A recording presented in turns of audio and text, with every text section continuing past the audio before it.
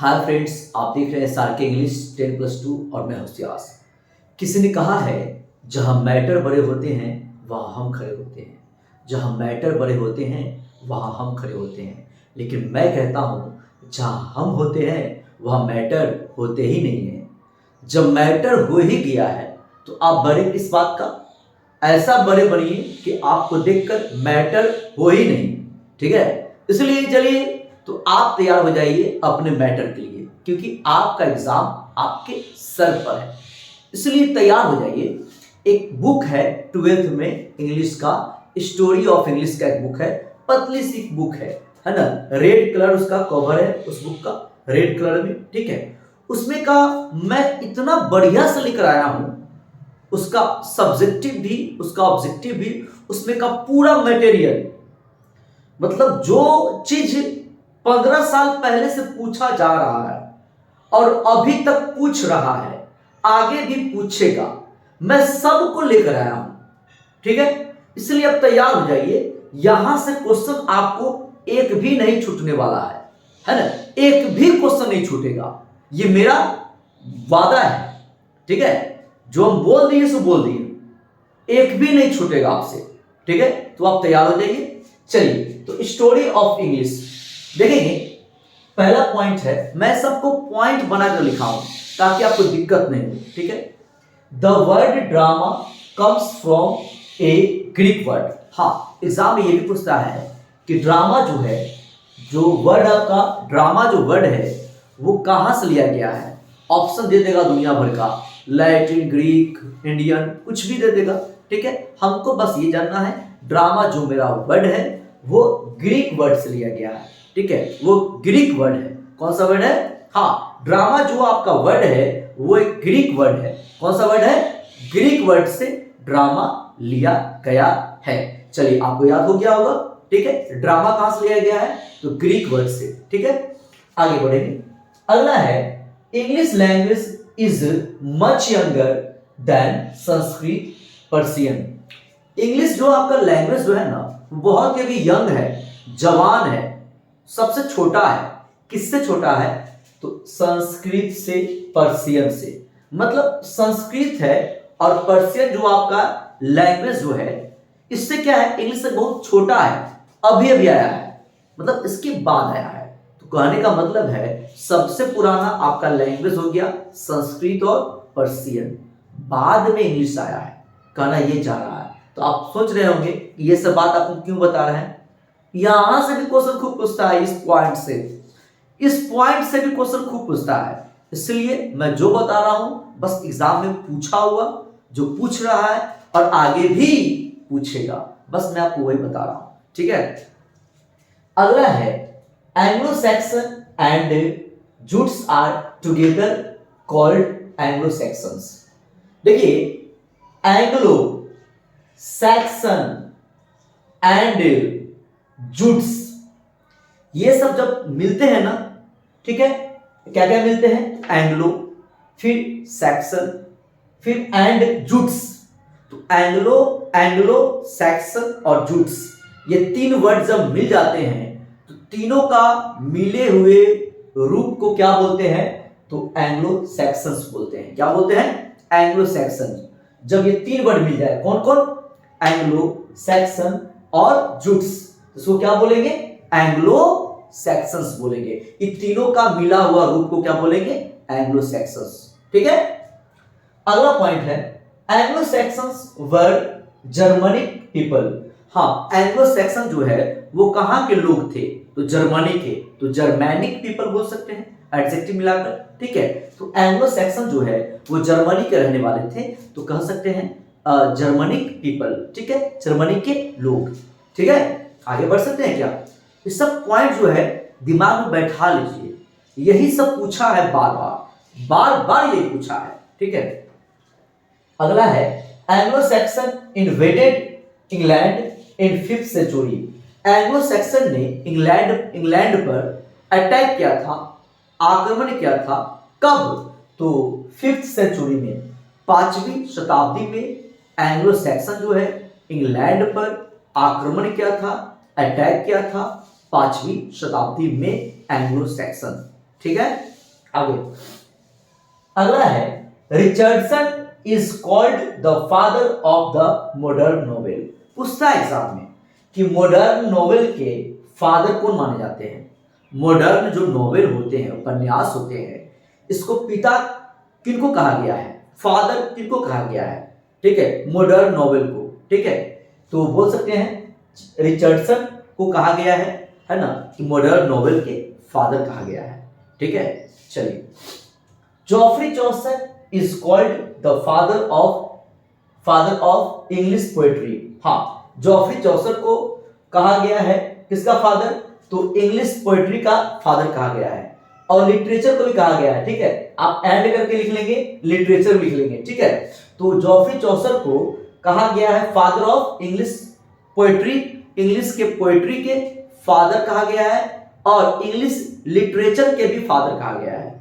किनको, जॉफ्री चौसर को, किनको, जॉफ्री चौसर को। लिटरेचर का भी फादर है ये, पोएट्री के भी फादर है, इन्हीं को कहा गया है, किनको, जॉफ्री चौसर को, ठीक है। Bible was translated into English by Wycliffe. हाँ, बाइबल जो होते हैं, जो क्रिश्चियन का जो पवित्र जो ग्रंथ होते हैं, उनको उनका अनुवाद किया गया है, ट्रांसलेट किया गया है। कौन किया है ट्रांसलेट, तो ट्रांसलेट करने वाले बंदे का नाम है विलिफ, WYLIF, विलिफ, जो कि बाइबल को ट्रांसलेट किए थे कहां, तो इंग्लिश में, ठीक है। इस पर्सन का नाम है विलिफ। अगला है the period of Old English starts from AD 449 to AD 1066।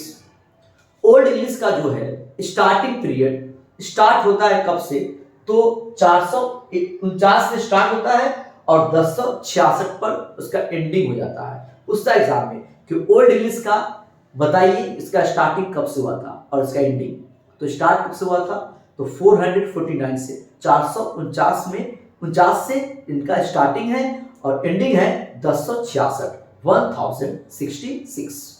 ठीक है। ये सब पूछता है, मैं नहीं बोल रहा हूं, ये सब पूछता है और यही पूछेगा, है ना। इसको हल्के में नहीं लीजिएगा, बाद में पछताइएगा, बाद में नहीं बोलिएगा कि सर बताए नहीं किए थे, मैंने सब बता दिया आपको, ठीक है। बहुत इंपॉर्टेंट है, मैं पागल नहीं हूं जो मैं इसका वीडियो बनाया हूं इतना बढ़िया से बोर्ड पर लिख कर सजा कर, ठीक है। पूछता है एग्जाम में और यही पूछता है, ठीक है।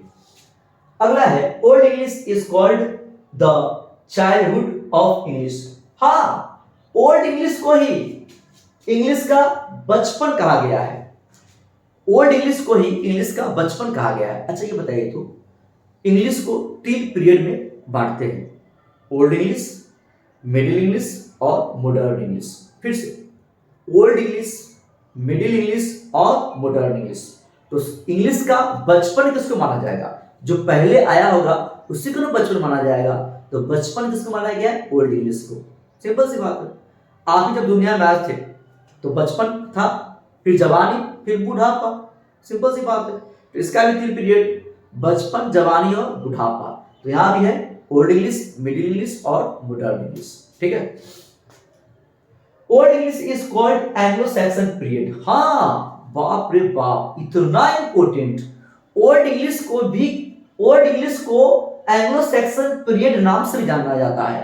हाँ, ओल्ड इंग्लिश जो है वो एंग्लो सैक्सन पीरियड के नाम से भी जाना जाता है, ओल्ड इंग्लिश, ठीक है। चलिए आगे देखेंगे English. Old English is known as dark age. Old English को डार्क एज भी कहा गया है, ओल्ड इंग्लिश को डार्क एज भी कहा गया है। क्यों, क्योंकि उसका इंग्लिश जब बन रहा था तो पता ही नहीं है किसका स्पेलिंग क्या होना चाहिए, इसका प्रोनाउंसिएशन क्या होना चाहिए, इसका उच्चारण क्या होना चाहिए, कौन सा वर्ड को क्या बोले नहीं बोले, ठीक है। इसलिए माना गया है ओल्ड इंग्लिश को डार्क एज। पूछेगा एग्जाम में डार्क एज किसको कहा गया है, तो आप बता सकते हैं ना, किसको, ओल्ड इंग्लिश को, ठीक। Runic alphabet is used in this period.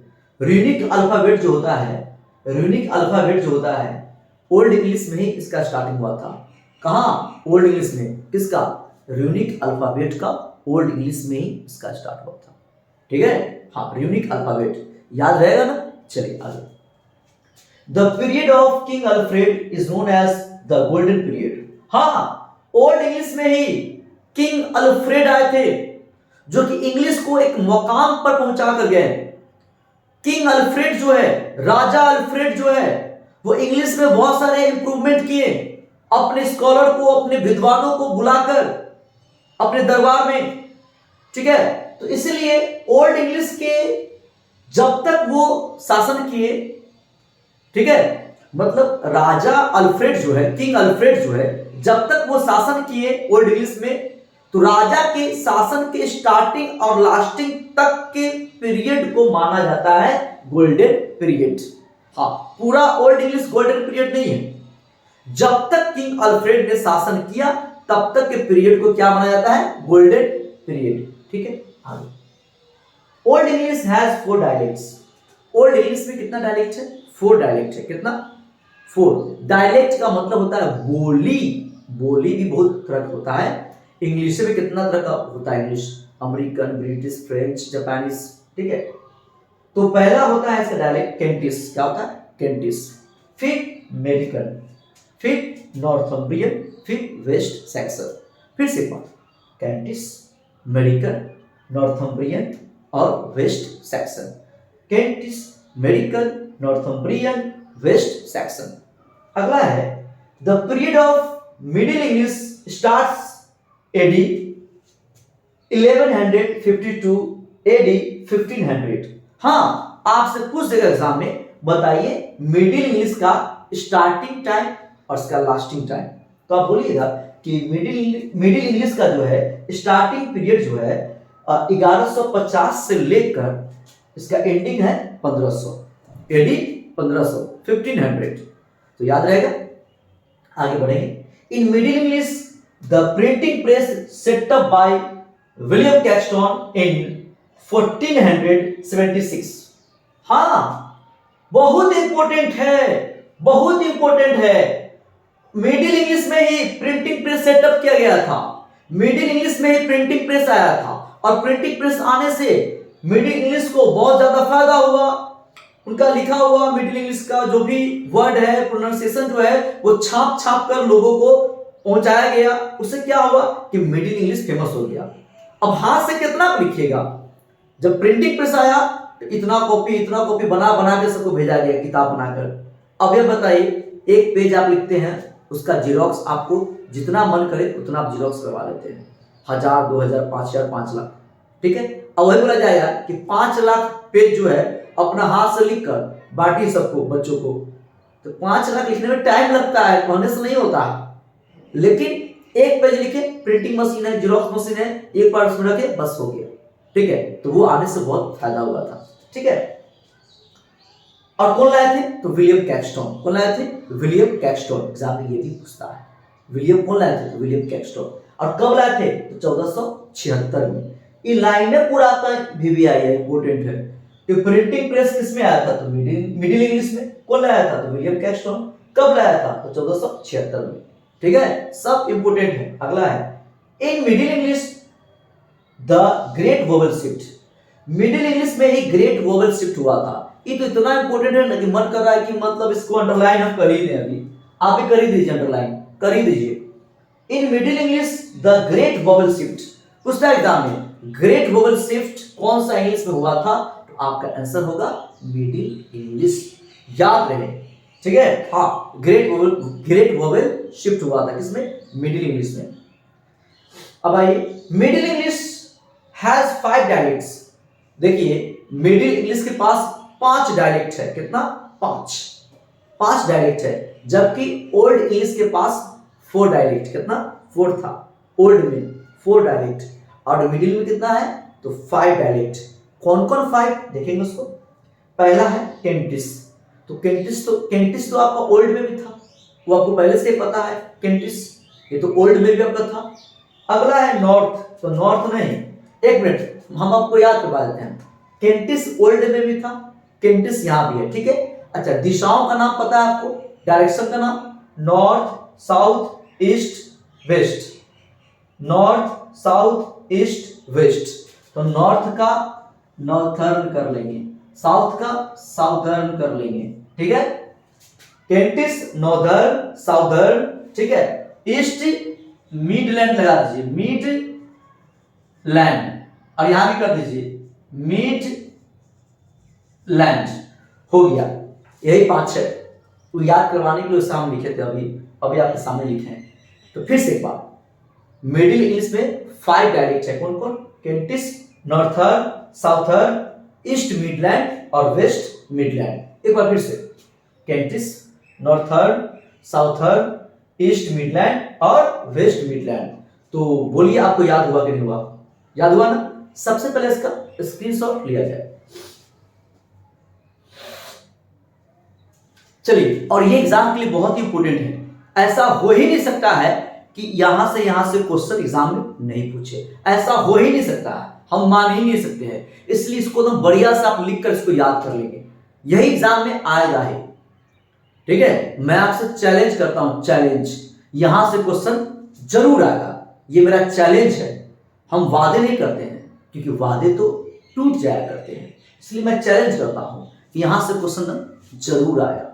ठीक है, तो वीडियो को शेयर करना बिल्कुल नहीं भूलेंगे, अपने फ्रेंड को भी शेयर करेंगे, अपने व्हाट्सएप में लगा देंगे, स्टेटस में, इंस्टा पर शेयर कर दीजिए, टेलीग्राम चलाते हैं तो उस पर शेयर कर दीजिए, सब पर। ठीक है, तो आज के लिए इतना ही। स्टोरी ऑफ इंग्लिश मैंने आपको बता दिया है, आज के लिए इतना ही। जय हिंद।